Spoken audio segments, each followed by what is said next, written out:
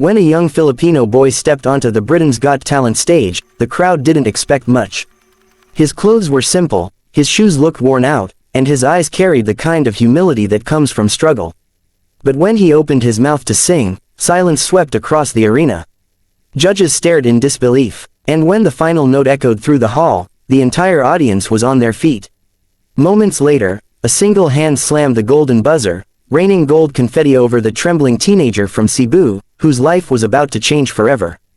Born in the heart of Cebu, Philippines, 16-year-old Angelo grew up in a small wooden house built on uneven stilts beside a muddy riverbank. Every night, the sound of crickets and rushing water filled their home, but to Angelo, it was music.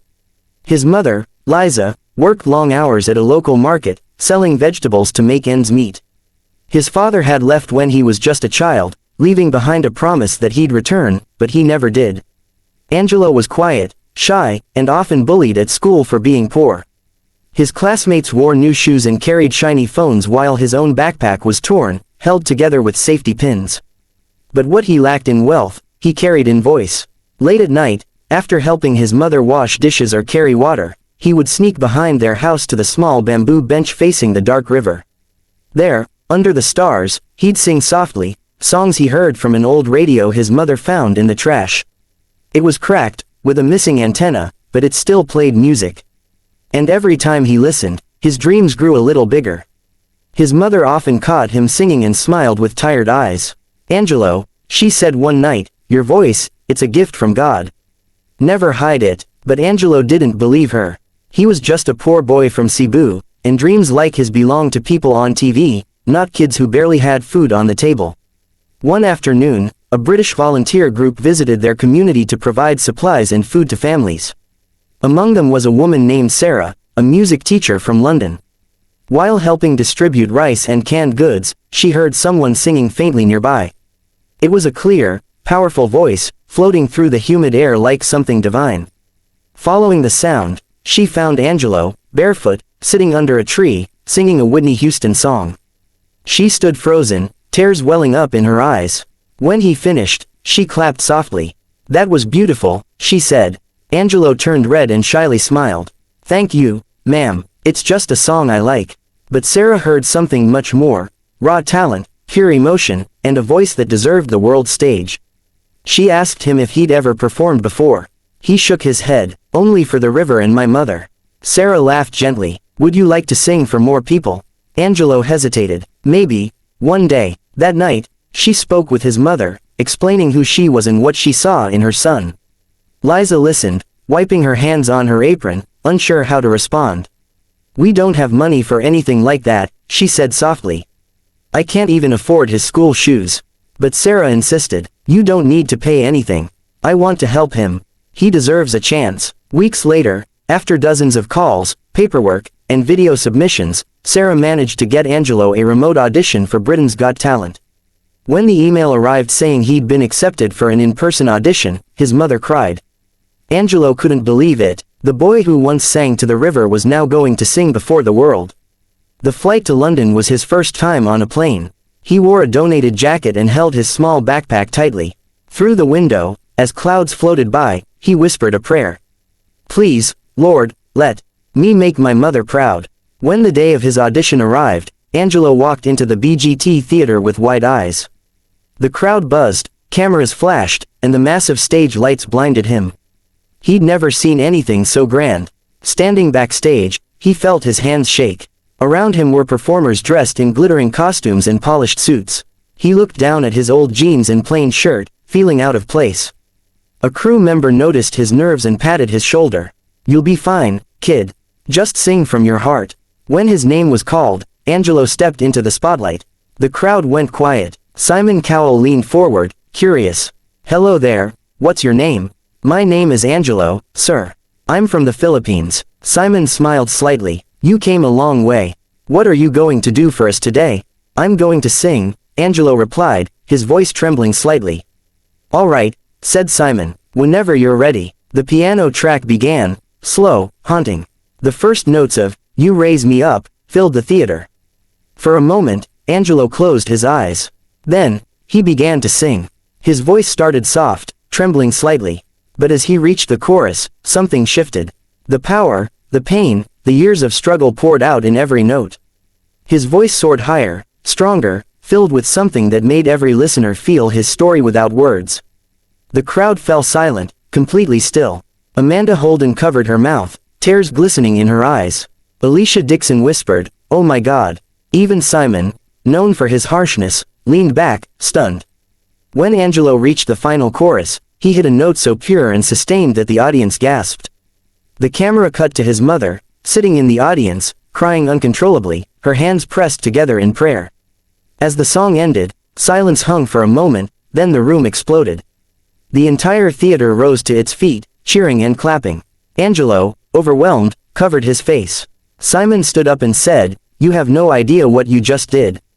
That was unbelievable. Before Angelo could respond, Amanda reached forward, tears streaming down her cheeks, and slammed the golden buzzer. Gold confetti shot into the air, raining over the trembling boy. Angelo dropped to his knees, crying. The hosts rushed on stage, hugging him. His mother ran from the crowd, wrapping her arms around him as the music swelled. Simon smiled, shaking his head. That was special. That's why we do this show. News of Angelo's performance spread like wildfire. Within hours, the clip had millions of views online. People around the world were moved to tears. Comments flooded in. "This boy's voice is from heaven. I'm crying right now. He deserves the world." But behind that viral success was a deeper story, one of pain, love, and perseverance. In interviews afterward, Angelo said, "I didn't sing to win. I sang for my mother, and for every child who thinks being poor means you can't dream." His life in Cebu had been hard. Many nights he went to bed hungry. Sometimes, he'd walk to school without breakfast, his stomach aching, pretending he wasn't hungry so his mother wouldn't worry. Yet, through it all, he kept singing. Music became his escape, a light in the darkness. After the audition, BGT producers arranged for him and his mother to stay in London during the next rounds. They stayed in a small flat, and every morning Angelo would rehearse. The judges, the crew, even other contestants began to love him. He wasn't just talented, he was humble, kind, and grateful. During one rehearsal, Simon visited him backstage. "You remind me of why I started this show," he said. "You sing with your soul. Don't ever lose that." Angelo smiled shyly. "Thank you, sir. That means everything to me."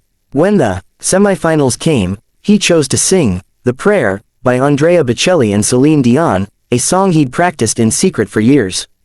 As the orchestra began, he stood center stage, his small frame illuminated by a single spotlight.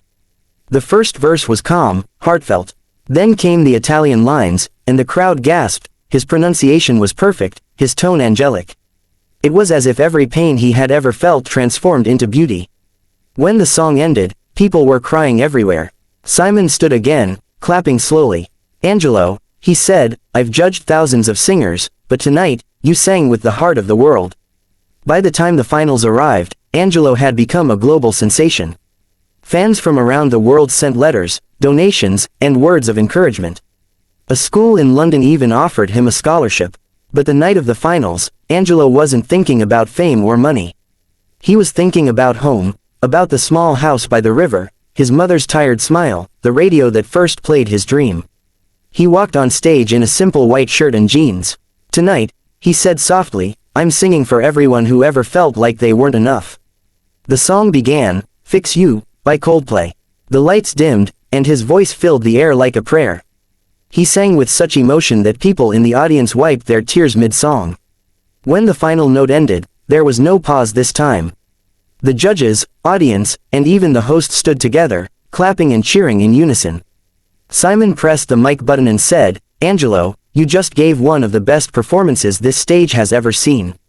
Though he didn't win the final trophy, Angelo won something far greater, the world's heart. Offers poured in from record labels, charities, and even Hollywood producers.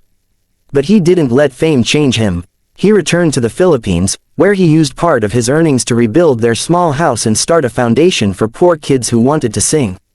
At the opening ceremony of the foundation, his mother stood beside him, crying as he spoke. "I used to think dreams were only for the rich," he said to the crowd. "But now I know, dreams are for anyone who believes, no matter where you come from." Years later, a documentary was made about his journey, from the muddy streets of Cebu to the golden confetti of London. In the final scene, Angelo stood by the same river where he once sang alone. He looked up at the stars and smiled. "I used to sing here for no one," he said softly, "but now, I sing for everyone."